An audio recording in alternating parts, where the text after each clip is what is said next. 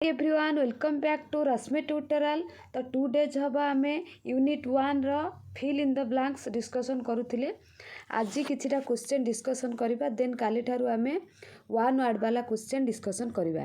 माने पाखापाखि 50टा क्वेश्चन आमे डिस्कसन करि देल, माने आगुरु करिसंती प्राय 30टा भलिया। आज हे गेले प्राय 50 ऊपर को क्वेश्चन आपण मानकर पाई गेले यूनिट 1 रो। ए जो 50 प्लस क्वेश्चन मु आपण मानक सहित डिस्कसन करली, तो से थ्रू ही आपण मानकर क्वेश्चन पळे आसीबो। बस से को नै कि भल से प्रैक्टिस करिवे, नोट बनेबे। तो इंटरनल एग्जाम हो कि सेमिस्टर एग्जाम हो, आपण मानकर कोथरे भी आउ एग्जाम एते खराब हबो नै, बट आपण माने आकु नै कि पढिबा दरकार। ठीक अछि। सबुदिन संध्या 7टा रे हमर क्लास होउची, आपण माने जानि छंती। तो डिस्क्रिप्शन बॉक्स रे टेलीग्राम चैनल लिंक अच्छी, सेठी जॉइन हो जातु जदि नुआ अच्छी। 7टा रे क्लास ता पूर्व आपण माने सेठू लिंक पाई परिबे से टेलीग्राम चैनल रु। आउ जदि आपण माने चैनल को नुआ विजिट करूछंती, ताले एबे ही सब्सक्राइब करी पाखरे थिबा बेल आइकन टी को प्रेस करि दियंतु एंड ऑल नोटिफिकेशन रे क्लिक करि दियंतु, जहा द्वारा जेतेबेले भी ए टाइप रो +3 रो क्लास करिवि तार नोटिफिकेशन सर्वप्रथम आपण मानक पाखरे पहुंची परिबो। तो डेरी न करिक चलंतु आज क्लास स्टार्ट करिबा। आज आउ किछि इंपोर्टेंट क्वेश्चन डिस्कसन करिबा।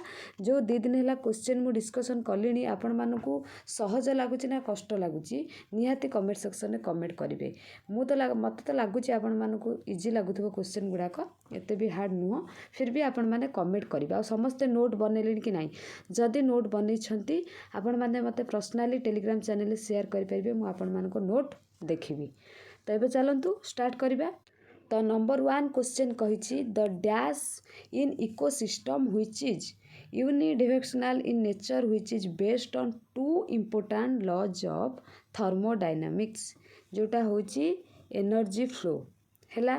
तापरे number 2, during food chain a lot of potential organism in each trophic level dissipate lesser energy to the next trophic level than they actually received is called as ecological pyramid. Ecological pyramid मु आपण मानक ओडिया कहू नाही, जेहेतु आपण माने higher education पढ़िलेनी बुझी पारुथिबे एगुडा ओडिया रो।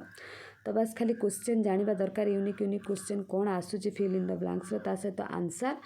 नेक्स्ट कहिछि, the dash depicts the relationships between the producer and different order of consumers at successive traffic levels in terms of number, जोटा होछि pyramid of a number.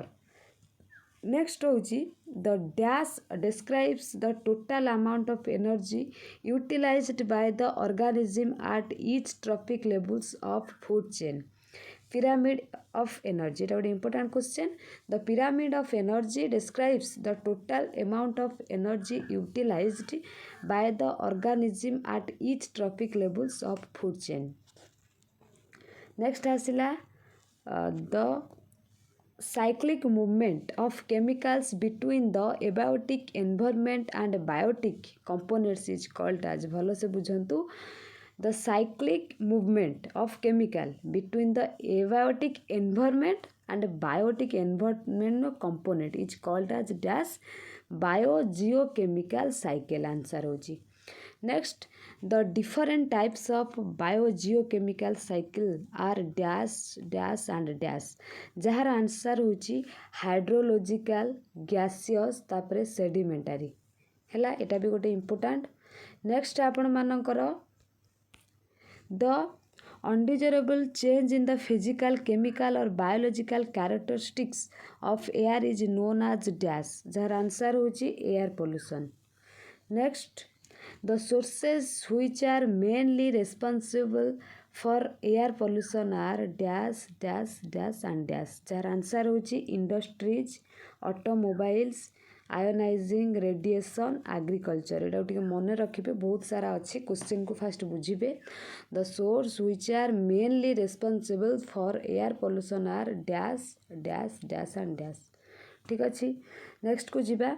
Next कहिछि, any physical or chemical change in water that can adversely affect living organism is known as dash, जोटा कि आपण मानकर water pollution. any physical or chemical change in water that can adversely affect living organism is known as water pollution. Next, water pollution mainly occur due to dash dash dash and dash etc. जार answer होची domestic sewage industrial waste agricultural waste radioactive waste तापर next the different methods in which water pollution can be reduced are dash dash etcetera जार answer होची stabilisation of ecosystem तापर reutilisation and recycling of waste ठीक अच्छी तापर next कही dash pollution is most toxic pollution as compare to other type of pollution जार answer होची radiation जार आंसर होची radiation pollution is most toxic pollution as compare to other type of pollution answer होची radiation तापरे radioactive pollution again subdivided into dash and dash radiation ionising answer होची ionising and non ionising radioactive pollution again subdivided into dash and dash radiation एटा गोटे important question jar answer होची आपण मानकर ionizing non ionising ठीक अच्छे एबे next को जीवा नेक्स्ट कही light and solar radiation are dash type of radiation non ionising एटा बढ़िया इंपोर्टेंट आउ इजी मध्य मन रही जीवो आइसोटॉप्स एलिमेंट्स आपण मानकर रही जाइए हाँ आइसोटॉप्स एलिमेंट्स रेडिकेट्स dash type of radiation ionising ये आप दुटा गोटे भल से बुझुवे कौटा आयोनाइजिंग कौटा नॉन आयोनाइजिंग तो मिस्टेक रे पुणी नॉन आयोनाइजिंग जगार आयोनाइजिंग करदे से ठीक से देखुवे नेक्स्ट आसिला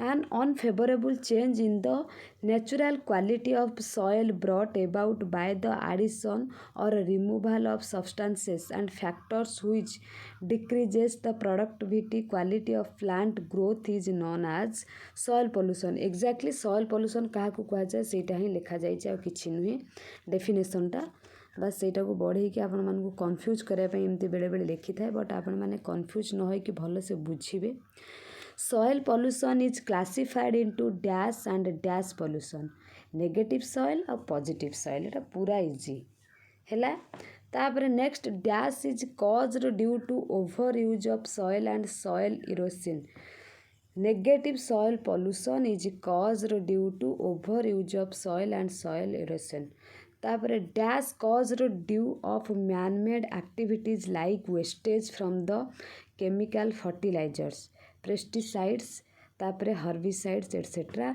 जार आंसर होची positive soil pollution caused due of man made activities like wastage from the chemical fertilisers pesticides herbicides et cetera ठीक अच्छी यहाँ भी गोटे इंपोर्टेंट क्वेश्चन तापरे the different sources of soil pollution are dash dash dash dash etc industrial and urban waste chemical wastes urban solid waste radioactive waste तो ये आपण मानकर आजिर किछि important MCQ sorry important fill in the blanks थिला आजिर ई class रे आपण मानकर यूनिट 1 रो जहा किछि फिल इन द ब्लैंक्स थिला माने एग्जाम रे आसिला भले हम सब किछि आपण मान को डिस्कशन करई देली जदी एति के आपण माने पढी देबे इंटरनल एग्जाम हो किबा सेमिस्टर एग्जाम हो आपण मानकर कोथरे भी माने जदी फिल इन द ब्लैंक्स रो मार्क आसुची आपण मानकर कम रहिबो नाही बट आपण माने पढिबेनी तो सेतिर मु भी आ कोन करि परिबी